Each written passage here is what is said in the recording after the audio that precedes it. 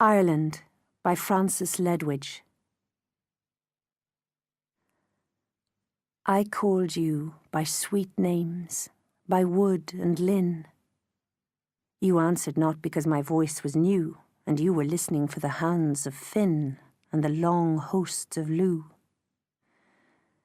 And so I came unto a windy height and cried my sorrow, but you heard no wind, for you were listening to small ships in flight and the wail on hills behind.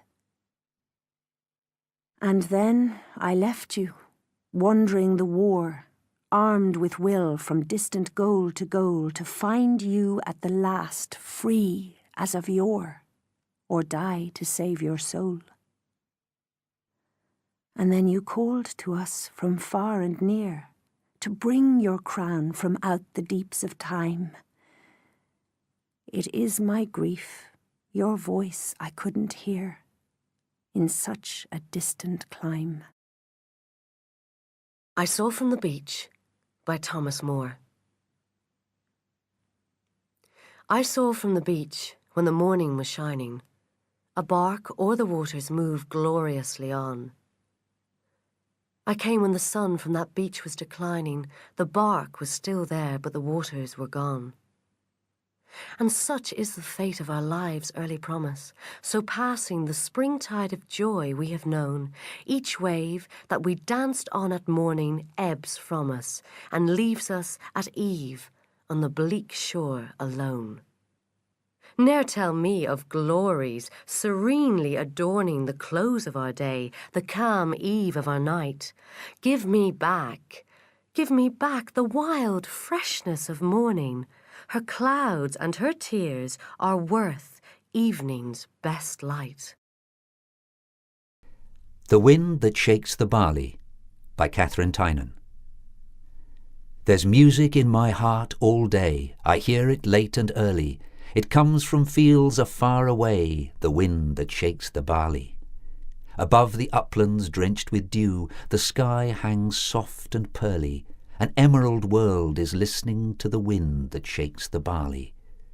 Above the bluest mountain crest, the lark is singing rarely. It rocks the singer into rest, the wind that shakes the barley.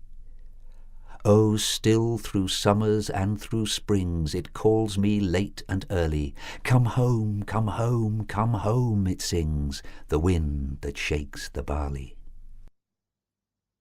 He Wishes for the Cloths of Heaven by WB Yeats. Had I the heavens embroidered cloths, enwrought with golden and silver light, the blue and the dim and the dark cloths of night and light and the half-light, I would spread the cloths under your feet. But I, being poor, have only my dreams. I have spread my dreams under your feet. Tread softly, because you tread on my dreams. After Death by Fanny Parnell. Shall mine eyes behold thy glory, O my country? Shall mine eyes behold thy glory, or shall the darkness close around them ere the sunblaze break at last upon thy story? When the nations ope for thee their queenly circle, as sweet new sister hail thee, shall these lips be sealed in callous death and silence that have known but to bewail thee? Shall the ear be deaf that only love thy praises, when all men their tribute bring thee? Shall the mouth be clay that sang thee in thy squalor, when all poets' mouths shall sing thee? Ah! The harpings and the salvos and the shoutings of thy exiled sons returning, I should hear, though dead and mouldered, and the grave damps should not chill my bosom's burning. Ah, the tramp of feet victorious, I should hear them mid the shamrocks and the mosses, and my heart should toss within the shroud and quiver as a captive dreamer tosses. I should turn and rend the sere cloths round me. Giant sinews I should borrow, crying, "O my brothers, I have also loved her in her loneliness and sorrow." Let me join with you the jubilant procession. Let me chant with you her story.